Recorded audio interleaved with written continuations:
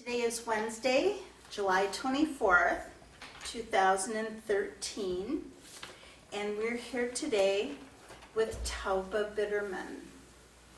And Tauba, what was your name when you were living in, when you were young? What was your maiden name? Fuchs, F-U-K-S. And was your name just Tauba then, or was it? Tauba. Tauba. But I do not use my middle name ever. Okay. They called me Tauba. And in Poland, Tauba is Tauba, officially. Okay. So, what was life for you? What was life like for you before the war? It was a wonderful life.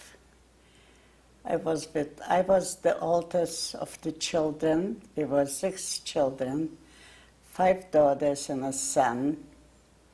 I was the oldest one. And we had a wonderful life, a poor life. Everybody was poor. If you will find a person that will tell you that he was rich. Being rich meant another room and maybe a better dinner during the week. But every Jewish person we all lived the same. We worked. My father was a cap maker, and he worked all week long by hand to sew a cap so we can make Shabbat. Shabbat, Friday night. It was so beautiful. All the children were bathed and dressed, and we sat at the table. It was served everything, fish and challah, and my father sang zmiris, and it was a wonderful life. It was a poor life, but a wonderful life. And we were all together, and we loved each other. What city was that? Zamość, Poland. Zamość is not far from Lublin. Lublin is the main city. That's the state of Zamość. And Saturday, my father went to shul, and after he came back from shul, I went to the baker to pick up the chulent, because everybody made chulent for Shabbat, and my mother sent me to the baker to put the chulent because it has to cook all night long. And on Shabbat, we had lunch, dinner, big meal, and all the children were running away. This one excuse me, I don't have a tissue. This one went. Please. You can keep telling your story. Keep going. We ran away. Dishes were not washed. Everybody went away with their friends. We went to apple orchards. We went to rivers. Shabbat was very holy. My father and my brother sat down every Shabbat after dinner, and they learned Torah. And so life went on. When I finished school in 1933, and my mother paid a seamstress. I should learn how to sew. So it had to take 3 years. Meanwhile, I had no shoes on my feet for Passover to wear. And I said to my mom, I don't want to be a seamstress. I want to go to work and make a little money so I can buy myself something to wear. So I worked in a textile store where they sold material, and I worked there until the war started. And this was Friday in September, and I walked to work. I walked 5 kilometers every day back and forth, and sometimes without breakfast, because my mom didn't have any money to buy food. But when my father sold a cab, she came running and brought me whatever she could. My mother was a wonderful woman. She was illiterate. She couldn't write or read, and I often wondered, why was this? My mother was older than I am, 22 years. And I could never, ever understand why my mother couldn't write or read. But my mother was a great movie goer. She loved movies. Whether she had the money or not, they had a chair for Mrs. Fuchs. Every change of the movie, my mother was there. And she learned a lot from the movie. She knew all the actors, and she loved the children.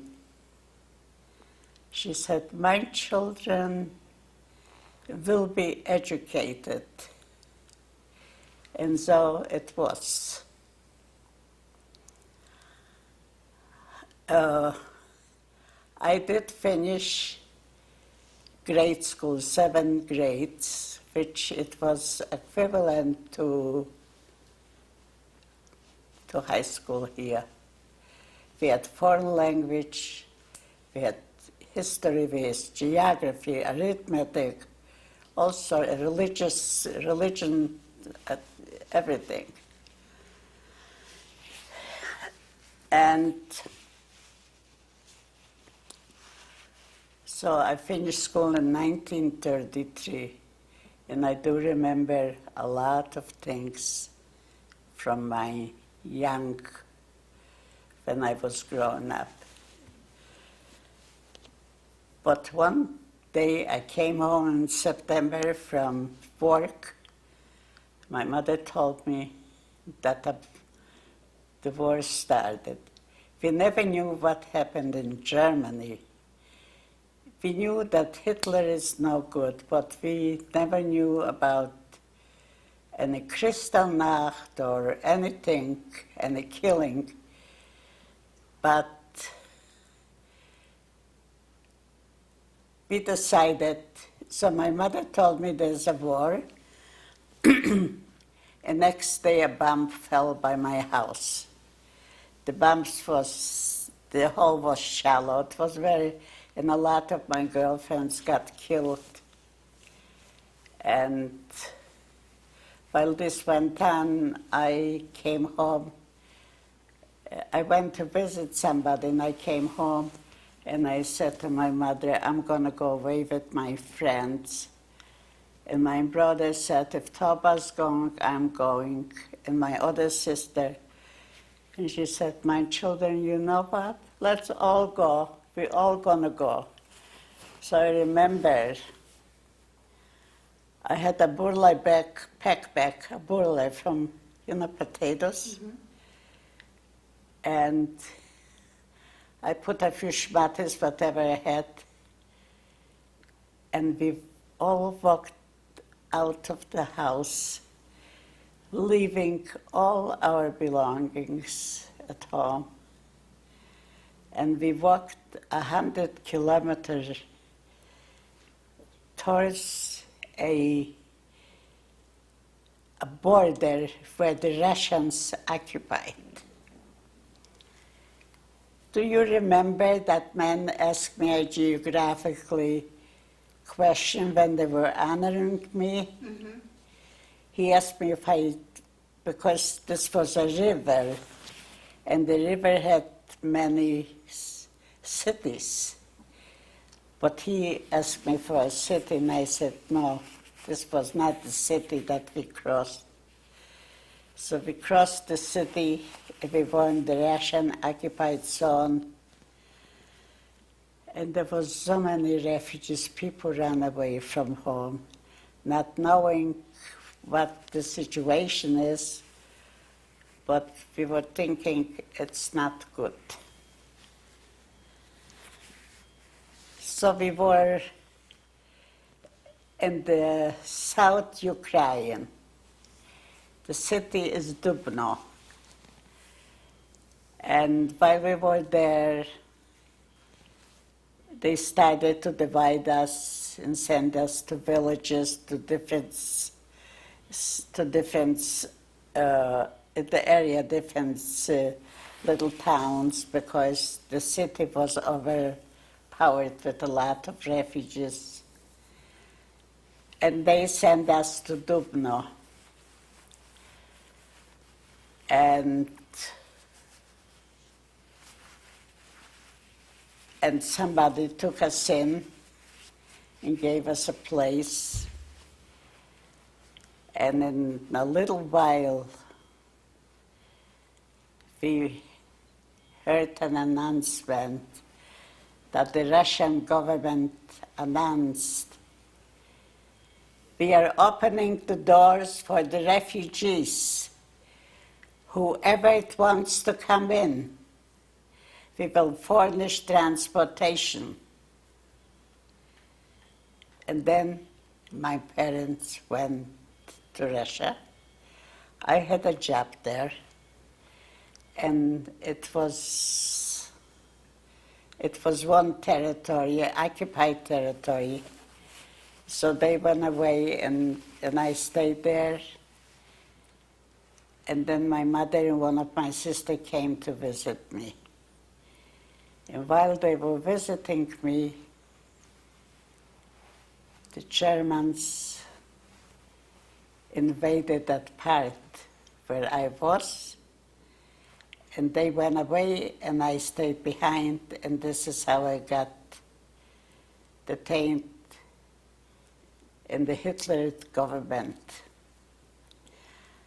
During that time, I never knew if my mother made it home. I did find out later after the war that she made it home. Meanwhile, they formed the ghetto, and they came and took away the most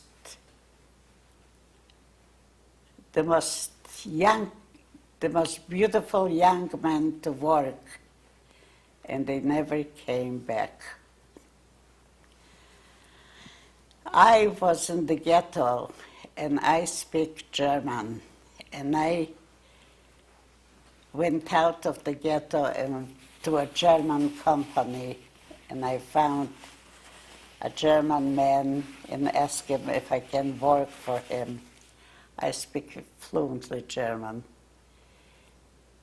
If you speak German to a Pole or a Ukrainian, then he will say you are a Jude, a Jew. The German people, they don't know. So he gave me a job, and I opened a laundromat with another little girl. I don't know if she survived or not. The laundromat consisted of a wooden barrel with a board.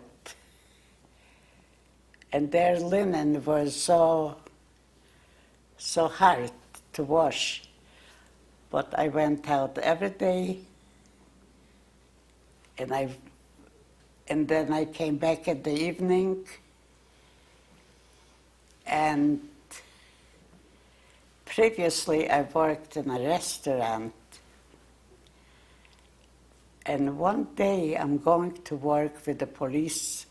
I wore a yellow star here, a yellow star here, and a star, a white band with a Star of David here. One time I got to work and I saw my manager from the restaurant coming towards me. And I got out of line and I asked him, Mr. Kukarevich, could you take me out of the ghetto? I'll give you anything I have. I had actually nothing. He said, good. I did put my life in someone's hand. He was a very nice boss, but who knows how the occupation, the German occupation, could change him. But he came next day and took me out of the ghetto and took me to his home. He had a wife and several children. And the city of Dubno, they were killing Jews. They were killing Jews. They came downstairs and they brought me food. And I said one day to him, Mr. Kukarevich, would you please take me out of here? Because they're killing Jews in the city. And if they'll find out that you are saving me, your family will be destroyed. And he said, good. At this point, I felt God in my presence because I put my life in people's hands, and thank God, God leaded me the right way. Next day, he hired a driver with a horse and wagon. He didn't have any cars. I never saw a car in Poland. And they dressed me up with a Polish costume, with a scarf, and he said, we're going to take you away from here, and if somebody will stop us, tell him that you are my wife. Meanwhile, his wife gave me her birth certificate. And we were driving through cities, through villages. Everything was boarded up with plywood. All the Jews are going, Judenrein. You couldn't even find a dog in the street. It was just that. And we're driving and driving and driving all day long. And finally we came to a place where he stopped the horse and wagon, and he said to me, we're going to leave you here. God should be with you. God bless you. And he took away his wife's birth certificate, and here I'm standing between heaven and earth. I had no idea where I am. I look around here, and then I saw a door. I opened the door, and there was a barn, lots of straw, hay. So I had 2 suitcases. I had pictures of Jesus and Mary and rosaries and all sorts of religious articles. I know how to pray in the Catholic prayers in Polish because our schools were integrated, so we learned all those things. Opened the barn, I went in and I said, I'm gonna lay down, whatever will be, will be. So I slept, and I got up in the morning and I went out, and I saw far away 2 German soldiers. I was not afraid to go and talk to them in German because they would never suspect me that I'm Jewish. Only the Poles and the Ukrainians, they suspect people that they're Jewish that spoke German. They thought German is like Jewish, but it's not. It's a big difference. It sounds like it. So I went to them and I said,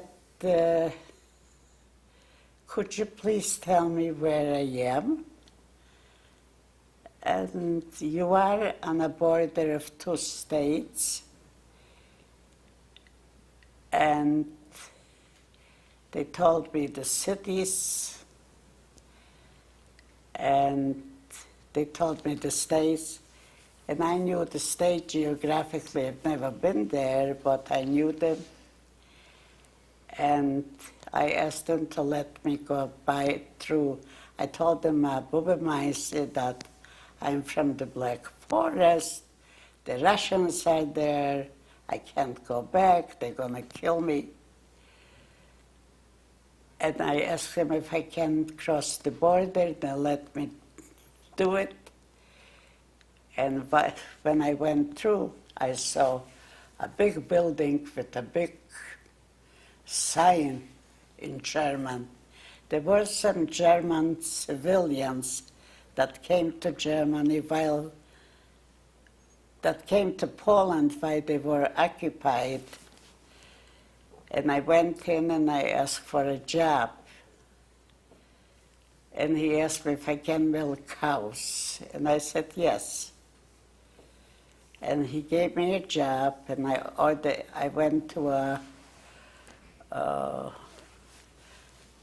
found a furnished room by a woman, and I went to work. I don't remember exactly what I did, but I went to work and went back.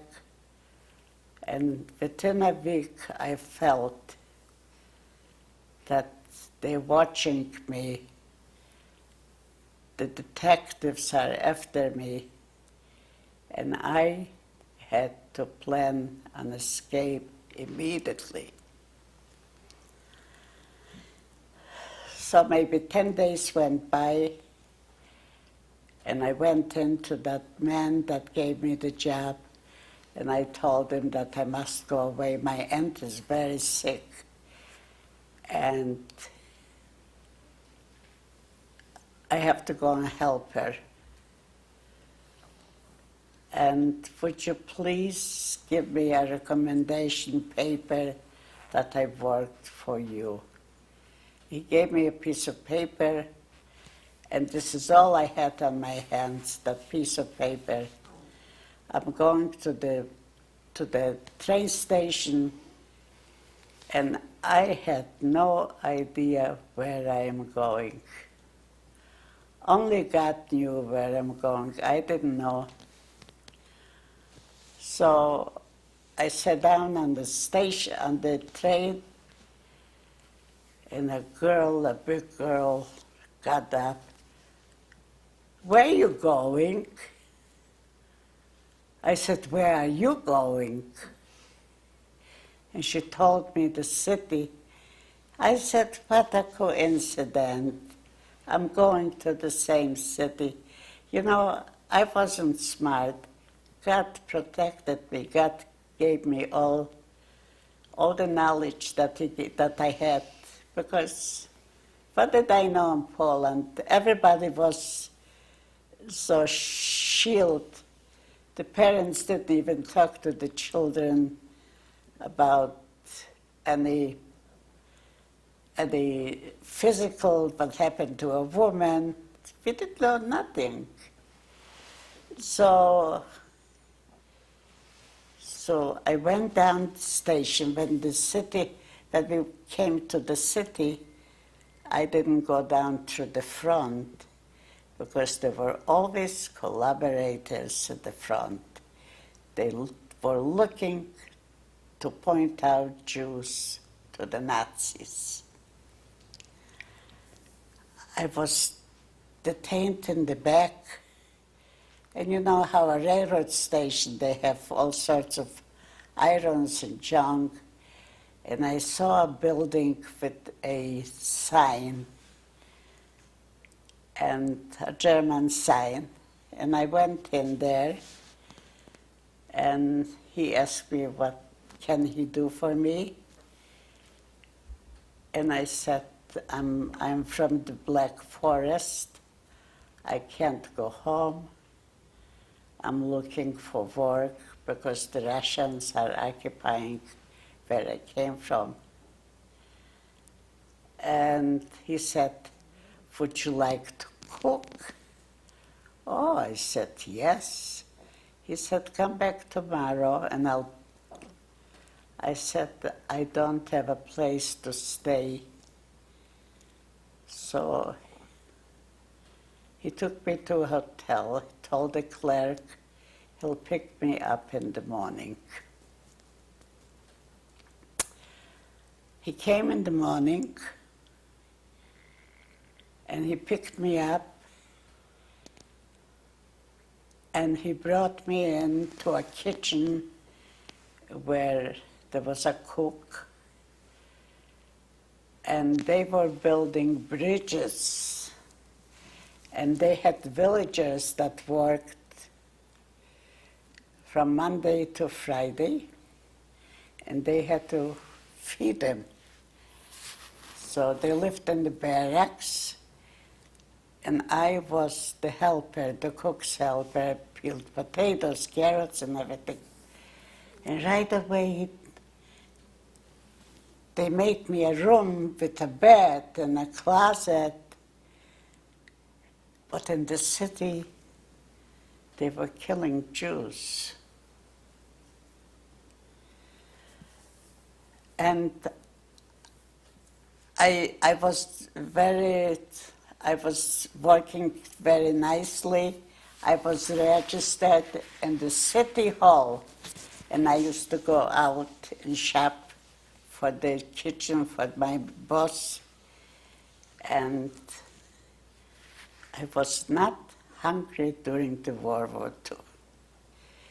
This is why I'm here today, because I was never hungry during the World War II. I was always fat. So, and meanwhile,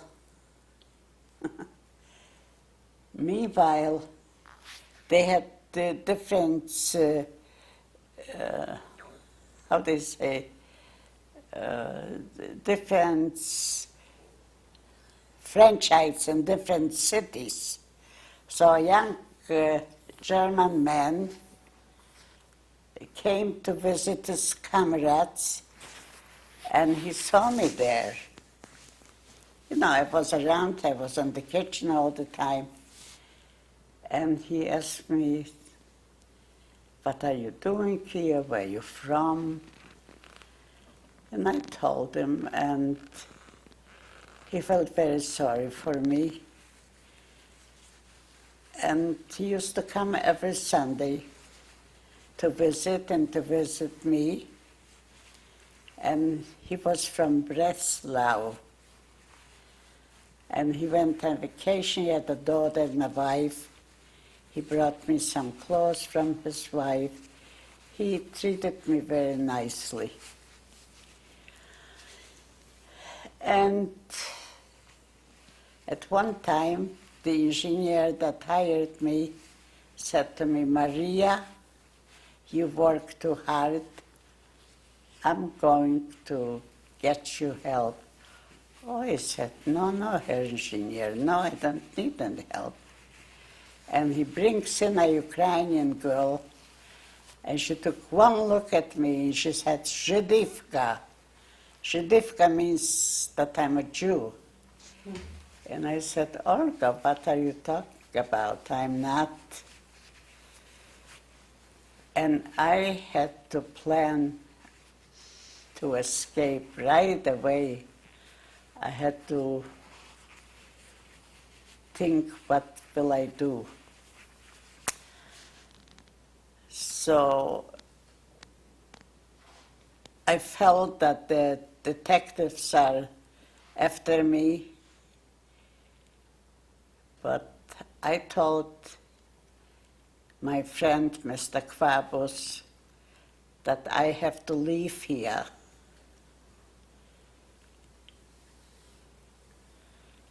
And I remember he said, "I'll take your suitcases." This was in one city, and he lived in the other city. "I'll take your suitcases." And I was in a shed all day long, in a field, in an empty shed. And when it got dark, I went to the train station, took the train, and came to Stri. This was the other city that he was working.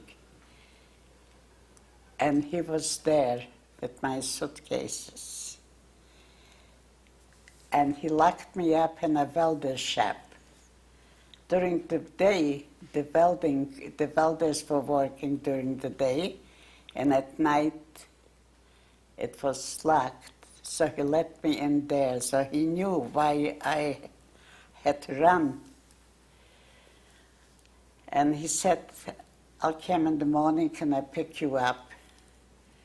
Came in the morning, he let me out, and we went for coffee. And he said, "Maria, I don't care who you are,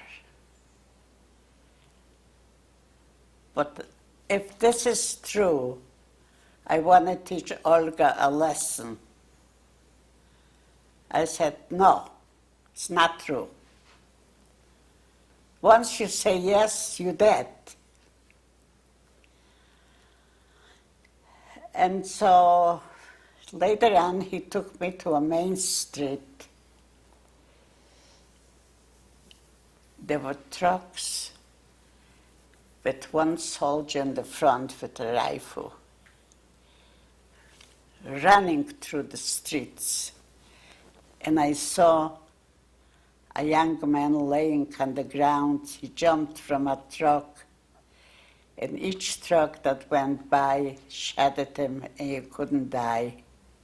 He took me to that scene, and I looked at this, and I told him, "I want to go." And so we went away, and I went to a different city. He never asked me anymore. I went to a resort area. You see, the Germans were already running from the Russians. In case they lose the war, they don't want to be captured by the Russians. They wanted to be captured by the Americans. So they were running the whole. They left a few soldiers behind, in case the front gets better, they would come back, but this never happened. So I went to that resort area and I started to work in a laboratory. I never peeled potatoes there. And there were others that worked. You know, it was a hospital on wheels.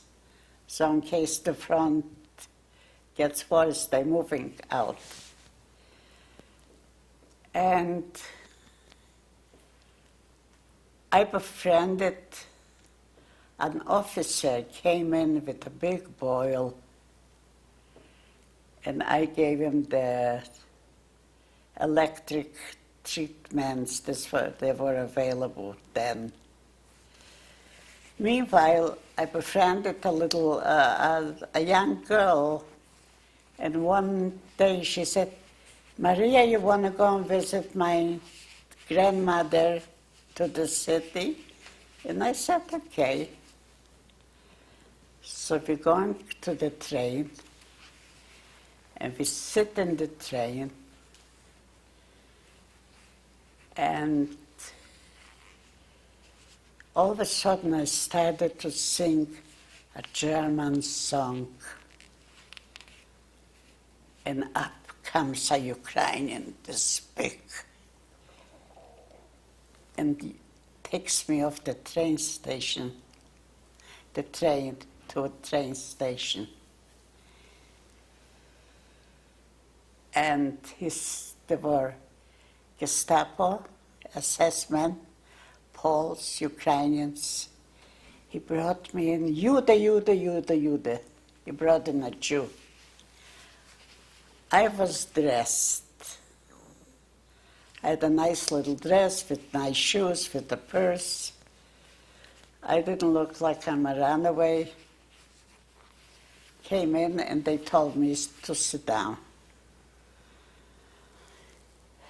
And so the German officer the Gestapo started to speak to me in German. And I said to that Ukrainian that brought me in, "I don't understand a word of German. I don't speak German. How come you sang a German song?" And I said, "This is as simple as that. I wrote the word down in Polish. I liked the melody. I had no idea what that means. And I sang it." And they asked me all sorts of questions. And I didn't speak German, so I had that Ukrainian tell him that. And I was sitting, and a Pole came over to me, picked me up, and took a gun right here. He said, "Tell me that you're a Jew, otherwise I will shoot you." I said, "I'm not a Jew. If you want to shoot me, shoot me. If you want to have me on your conscience, do so." Took away the gun and opened the door and pushed me in to a little storage room. There was a bunk bed, and I fell in that bunk bed, and I was sleeping. I fell asleep. Sleep was the best medicine because I wouldn't feel anything if they would came and kill me, you know. 2 hours went by. They opened the door, and they tell me to go. I'm free to go. I said, "I cannot go now because it's curfew time, it's war time. If I'll go out on the street, they're going to shoot me. I was so smart. I was not smart. God gave me in all those ideas what I did. The same Ukrainian that took me off the train took me to my girlfriend's grandma's house the same evening. So next day, we went back to the hospital, and there was a rumor that the hospital is leaving, and they cannot take me along. They have too many people. And here I am. Even if I'm Polish, the Poles and the Ukrainians were nothing good. They were fighting among each other. They were burning churches and do all sorts of things. And I'm walking in the wooden area, and I said, God, what can I do now? And I looked over there were a few soldiers again. I went over there and I said to them, is there anybody that I can talk to? They showed me a door. I opened the door, and this was the officer that I made the electric treatments. He said, Maria, what are you doing here? What can I do for you? And I told him the hospital is leaving. They cannot take me along. If I remain here, they're going to kill me. Would you please take me along with you? He said, good. They were the Wehrmacht. The Wehrmacht, they were soldiers, they delivered ammunition and food to the fronts. I was with them since 1942 till 1945. I never, ever heard one word about death camps, about concentration camps, about crematoriums. I never heard. They never talked about it. So meanwhile, 3 days later, we were leaving Poland. This was Galicia. And I was sitting with my cook in the front, and I was helping him cook for the soldiers, peeled potatoes and carrots and whatever they made. And we stopped in Romania. And when Romania capitulated, I asked the lieutenant, can I please remain here? I'm so tired. He said, no, Maria, you have to come with us. From Romania, in Romania, all the Jewish stores were open. It was a normal life. From Romania, we went to Hungary. With us, there were a few more people that was traveling. They didn't want to go to the Russia, so they traveled with the lieutenant and with wherever we came, that officer went to private citizens and asked for the women to sleep there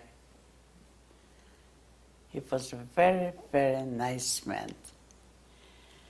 So, and we were traveling from Hungary to Romania, and I was sitting in the kitchen wagon, and I was afraid the bombs were falling, and the bullets was flying, and I was so much afraid.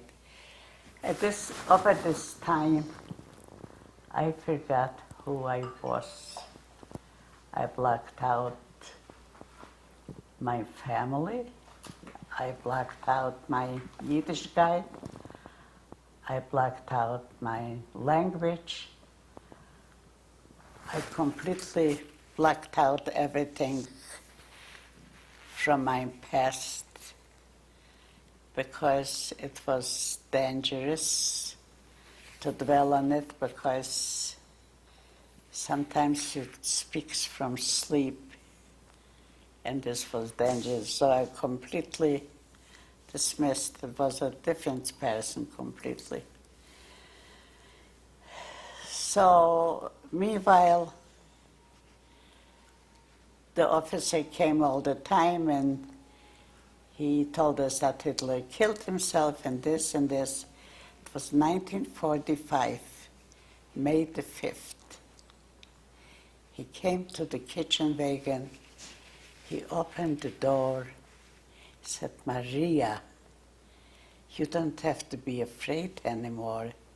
The war is over." I really was afraid for the bombs and for those bullets that were flying. I went out of the kitchen wagon. This was somewhere in Austria, and there was a real big Lennon stone rack, and I sat down on the track, and I started to cry. I lived through the war. I am alive. Who am I? Where's my family? Where am I to go to? And then the soldiers came over, and they gave me addresses where to go. The American soldiers came to liberate them. They checked them out. And I was standing, a little scared girl, and was afraid to tell them who I was. After they all went home, I settled down in my cook city in a furnished room, and I worked for the American. The American had a kitchen there, and I worked for them every day, and I watched the paper, the Frankfurter Wochenschau, and I was looking for Jewish people. One time, I saw a little write-up in a corner that there is a Jewish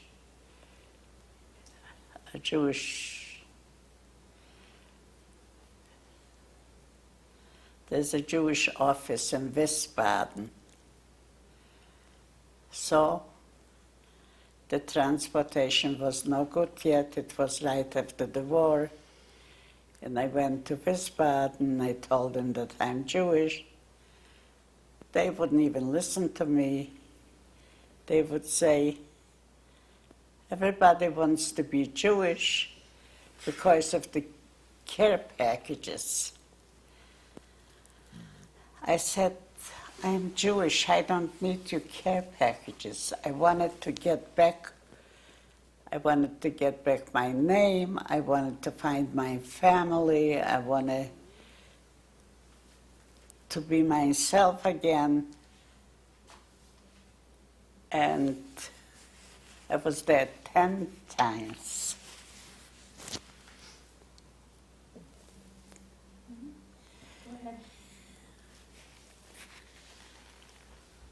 There 10 times, and finally they sent for a military rabbi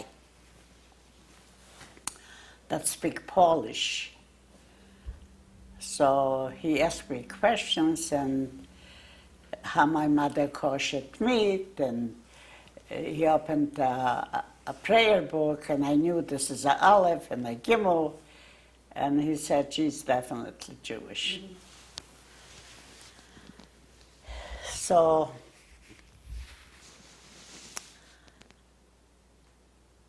they accepted me and they sent me away to Frankfurt.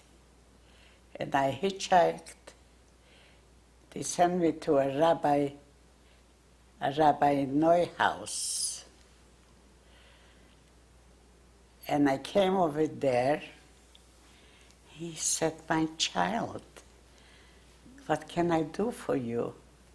I said, "Rabbi, I lived through the war, and I don't know where I want to get back my name, and I don't know where my parents are, and this and this." He said, "My child, go to Psalzheim, 1,000 of Jews."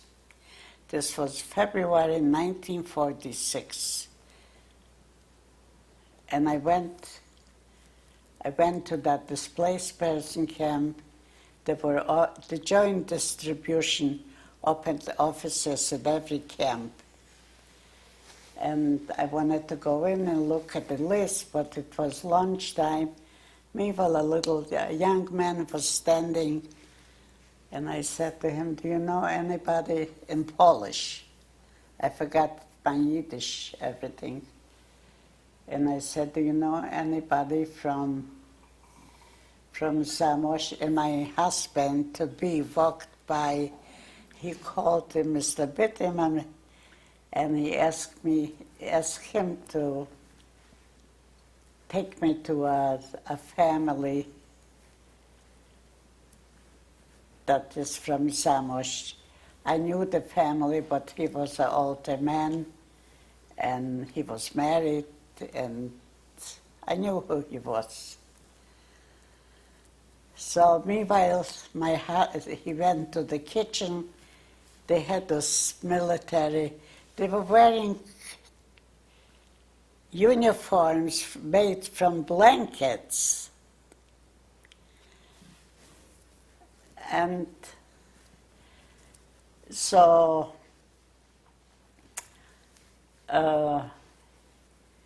he ate, and then he asked me if I want something. What a polite man. But he took me to that man. And then he took me, showed me where he lived. They occupied, all his people from his town occupied a German house. The bedrooms were upstairs, downstairs a kitchen with a bathroom, and then he told me who he was, and I happened to know his sister. See, in Europe, you just don't get married, you know. You want to know where you come from and who you are, what your family is. And I happened to know his sister. His sister was married to a prominent businessman, and my father used to send me for supplies there. And I knew her name was Malka Truk, and this was my husband's sister. Of course, my husband was previously married too. They took his son, brought his son of 12 years over to him, in front of him, and shot him. And his wife was driven into the Baltic Sea with a daughter. They were survivors. But going back to where before the liberation, if they as I said, I never heard anything. I didn't know what's happening.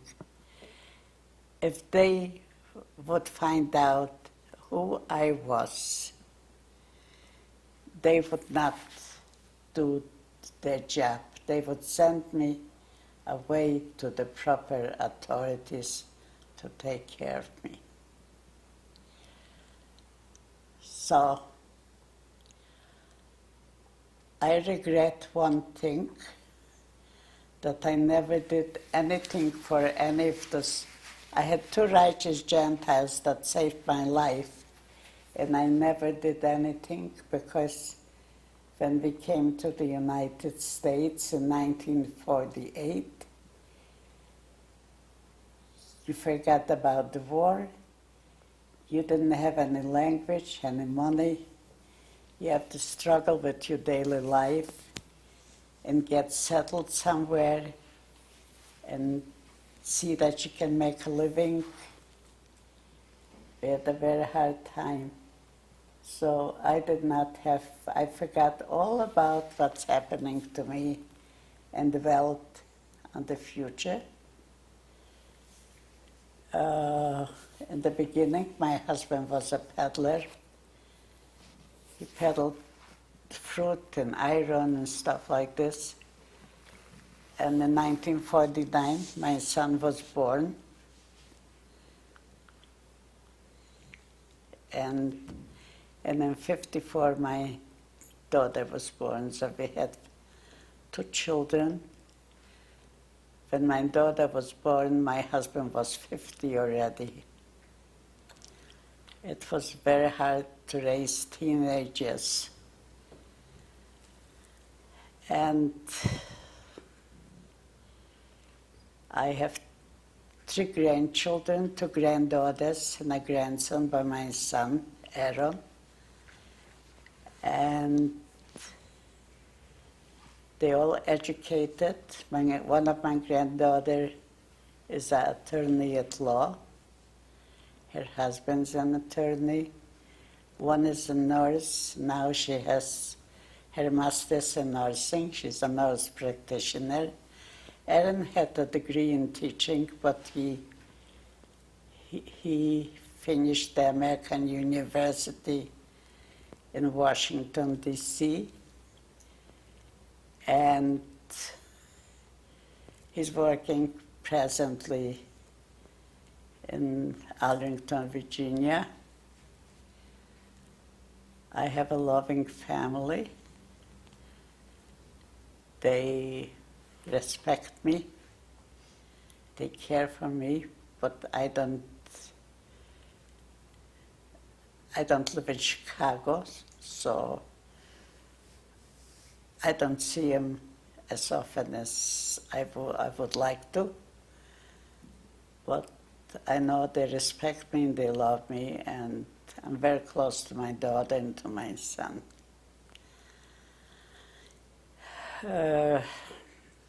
When you're talking to kids, and I know that you do that a lot and you're very good at it, what's the last thing you always tell the kids when you're talking about this country? Well, I was just coming to it. I am so glad to be in this wonderful country, in the United States of America. Do you know how the world is viewing the United States of America? Such a respect and dignity. It's the biggest and richest and freest country in the world. I've been all over. I didn't succeed a lot in America, but I made a nice living, and I am free. And don't take this land for granted, because this is the best you will ever have. And